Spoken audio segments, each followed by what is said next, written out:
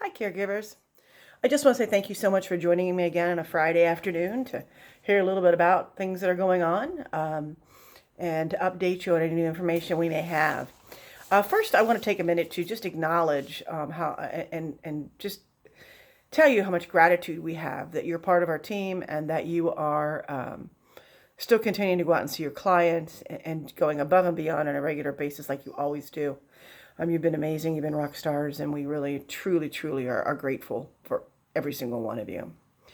The last few videos, we have talked a little bit about how, as caregivers, we're essential employees, and our essential employees mean that we get to continue to go to work and provide those services.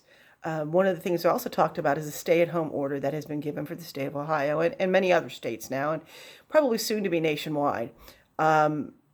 This is a real benefit for us, as I mentioned before, because it allows us to travel to and from our clients without having to be exposed as much to other people and get those exposure risks down much lower.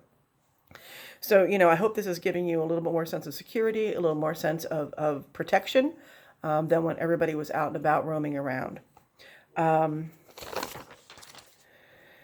do want to acknowledge that we realize this takes some bravery on your part to continue to go see your clients on a daily basis. And, that is one of the reasons why you are getting that extra bonuses in your checks and things. And truly how grateful we are, not only how grateful we are, but also your clients. And we have had many family members express their gratitude for all of you, that you are still continuing to come. So, we do want you to know that. And as we get those comments in, we'll be more than happy to share those with you as they come in. As things process down the next few weeks, you may start to feel a little anxious. You may start to feel fearful, I guess is the way to put it. And I'm going to talk with you a little bit about how you might be able to maybe get some feelings of normalcy back in your life. And how that might work and what you might be able to do. A couple of things that they found some things, they've been doing studies and they found some things that might work. And one thing is, to try to get outside. It's getting warmer. It's getting, sun is shining. Get outside, get some sun, get some fresh air, listen to the birds chirping and, you can see the grass is bright green and the buds are on the trees, and just enjoy that for a few minutes. It takes a few minutes just to take a deep breath and enjoy nature. That is one of the most peaceful things you can do. Of course, while you're doing that, make sure you keep your 6 feet distance of social distancing, because that is still crucial. They're having problems in some of the parks where there have been too many people, and the distancing issue has become a problem. So just bear that in mind if you go somewhere to a park or somewhere like that, other than your backyard, that you keep that social distance. And even if you're neighboring with your neighbors, keep that social distance. Another big thing is take a break from social media and the television, newspapers, etc. I don't know about you, but I feel like I'm constantly bombarded with nothing but things about the pandemic. And that can create anxiety in and of itself. Just take a step back, put down the phone, turn off the TV, take a few minutes to read or take a walk or bake some cookies or do something that you're not, or watch a movie, something that you're not being bombarded with media, with all the pandemic information and news. That is also very, very stress relieving. Another thing they tell us to get plenty of sleep, which I know kind of sounds funny if you're stressed and you have anxiety. How do you sleep? But if you can try to get some good sleep, that is also supposed to help you a lot with that.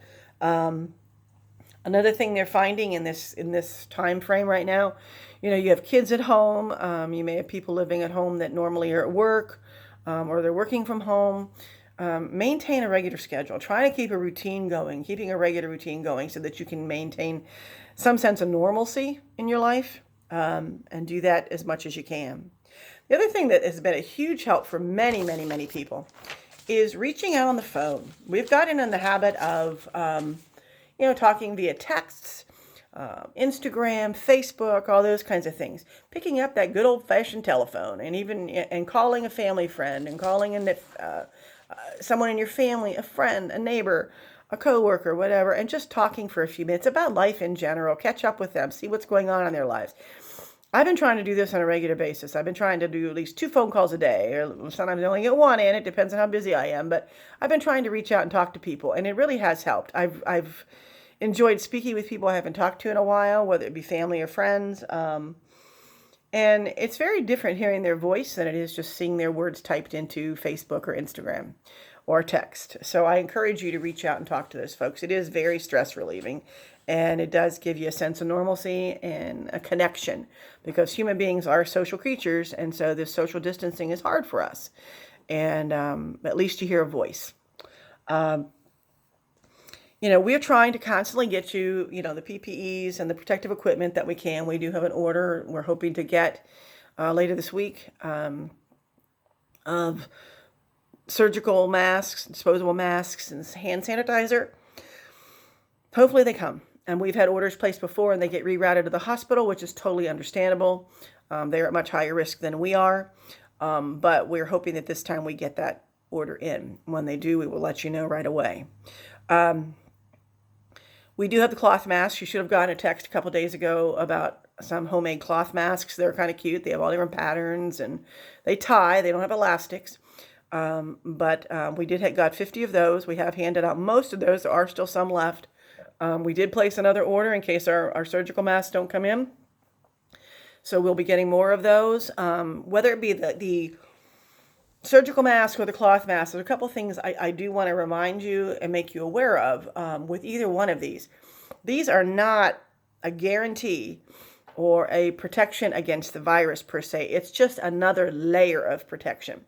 I don't want you to get a false sense of security that if you have a mask on, you can go within 6 feet of people, that you don't have to wash your hands, that you don't have to follow the other things. You still have to do those other things. This is just additional to those things to help you avoid getting the virus. A couple other things you need to know about masks. Okay, let's talk about the cloth masks. The cloth masks do tie. They need to be tied snug. They need to be tied tight enough that, not that you're hurting yourself, but they do need to be tight.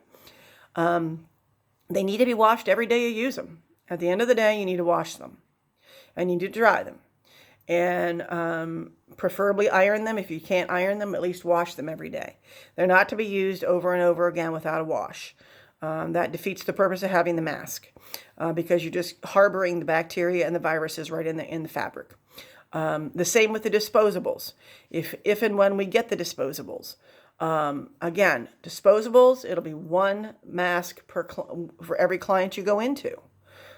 One mask cannot last the full day. Okay. They need to be thrown out properly, and, you need to wash your hands. I want to also clarify, one of the things they're finding is, you put the mask on and that's something foreign to your face. So you have a tendency to touch it and move it, and, like you do with your glasses and your hair and, all those things. You need to, every time you do that, you need to wash your hands because you have just put something on there. And if you've got something on the mask and you've touched the mask, then it's on your hands. So you do need to wash your hands just like with your face. Again, having a mask is only an added protection. The 2 best ways to avoid getting this virus are washing your hands on a regular basis and keeping social distance, staying at home. I can't stress enough, the staying at home is working in the state of Ohio. We need to continue it. We need to get stricter with it to make it work even better. If you are around people that aren't practicing social distance, aren't practicing the stay at home, the social distancing, you need to, as a responsible essential worker, separate yourself from those people, if at all possible. The stay at home order has been extended, and it will be in effect till May 1st at this point. And so we will continue to update you as that goes, but that means you only go out of your house for, in your situation, work as you're an essential personnel, or if it's a necessity, like picking up groceries or going to the drugstore. And even then, you need to do 1 trip a week, not come stopping and going every day. You need to make it very sound, simple, and go. And rather than everybody in the house going, just one person go. The more exposure you get, the more chance you have. of getting this. So again, these cloth masks and these surgical masks are not the wherewithal. They're not going to be the answer to everything. And in fact, what they find they really help with is not so much the virus coming into you, but if you are an asymptomatic carrier, in other words, if you've got the virus in you, you don't even know it, you've been exposed and you don't know it for those 14 days or 10 days or 3 days or whatever. Anybody you're around, by wearing that mask, you are not giving it to them. And so that's where the masks are coming in. That's why the CDC is considering asking all Americans to wear masks when they step outside, to keep that from going back and forth. Whether that happens or not, I don't know. But that'll be something we'll see probably over the weekend, maybe next week. I don't know. But bear in mind that you need to think about it. It's just added protection, washing your hands and washing hard surfaces and staying at home. And only going out for emergencies is the absolute best way to avoid getting this virus and passing this virus on to other people. If you do come across somebody in your home that is exposed, you need to separate yourself from that person. The person who is exposed needs to separate themselves actually from everyone else, whether it be go to a bedroom, whether it be, go to another area of the house and stay there. You don't want to be intermingling as much as least as possible. Those are the things they're telling us from the CDC. If you have questions about the masks, like I said, we have some left. I'm more than happy if you want to stop and pick them up. We're in the office Monday through Friday, 8 to 4. Just call us. We do have the front door locked, so we don't have people coming in and out as much. We're trying to practice our social distancing in the office. So that call us from the parking lot. We'll get something ready for you. Same with gloves. And again, we'll keep you informed if anything comes in with the surgical masks or the hand sanitizers. You've also probably heard when you clock in, there is on your ClearCare app and on the telephony in the client's home, you're asked some questions. Please answer those questions honestly. That is a way for us to tell how you're feeling, if our clients are sick, and if you do have a client that is ill or you're not feeling well, we need to know right away. This is not a time for heroics. We want you to let us know. We don't want to spread this any more than is absolutely necessary. We want to keep this locked down as much as possible. If you still have not updated your ClearCare app, you need to do that immediately. Starting next week, we'll be able to tell who has updated, who hasn't, who's answering the questions, who isn't. So please, if you have questions, please call us. We'll walk you through that.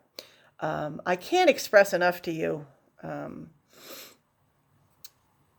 how grateful we are and how appreciative we are for what you're doing.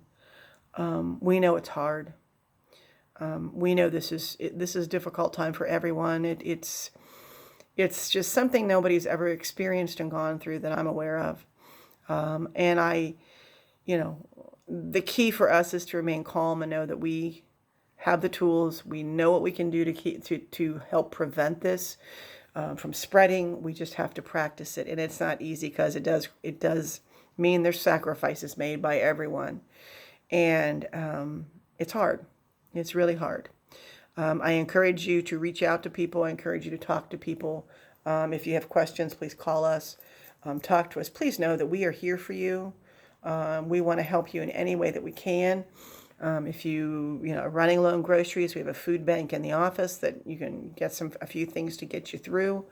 If you need something else, call us. If we can't help you with that, we'll find somebody who can help you with that. We want to be a resource for you. We want you to be safe. We want you to be healthy. We want the same for your families.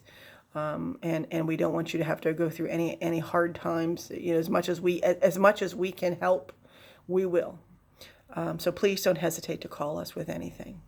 I hope that you get outside this weekend. I hope that you enjoy some sunshine and you get out and see the green grass and the beautiful flowers blooming and take in nature and take in what the world has to offer from the good side.